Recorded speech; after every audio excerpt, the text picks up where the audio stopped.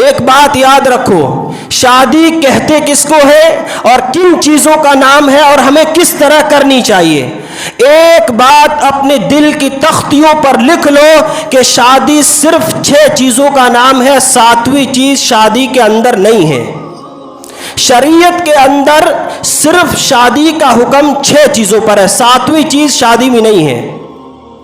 میں آپ حضرات کی خدمت کے اندر شادی کی 6 چیزیں ذکر کروں گا اور آپ ان کو اپنی دل کی تختیوں پر لکھ لو اور اللہ کے گھر کے اندر بیٹھ کر یہ عہد کر کے اٹھو کہ انشاءاللہ ہم اپنے بیٹے اور بیٹیوں کا نکاح ان 6 چیزوں کے اندر کریں گے، 7ویں چیز ہم نکاح اور شادی کے اندر نہیں لائیں گے۔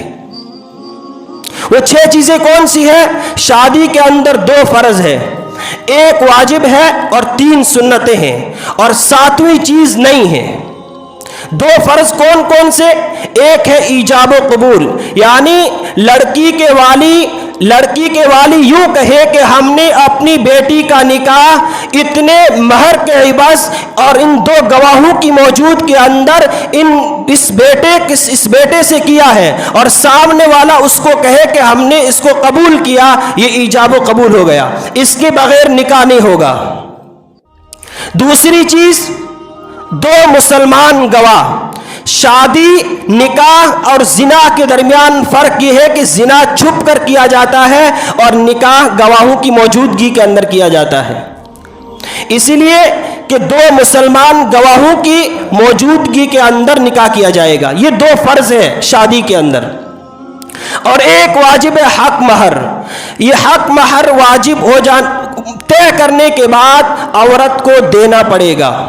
اگر طے کرنے کے بعد اگر کوئی عورت کو حق مہر نہیں دیتا ہے، اللہ نہ کرے اگر اس کا انتقال ہو جائے، اس کی وراثت کے اندر، اس کی جائیداد کے اندر سب سے پہلے اس عورت کا حق مہر دیا جائے گا، پھر باقی مال اس کے ورثاء کے درمیان تقسیم کیا جائے گا۔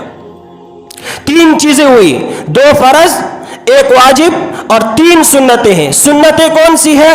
اللہ کے رسول صلی اللہ علیہ وسلم نے فرمایا کہ ایک سنت تو یہ ہے کہ خطبہ مسنونہ، جو خطبہ سنت ہے اس کو پڑھنا چاہیے۔ نمبر 2، چھواروں کا پھینکنا۔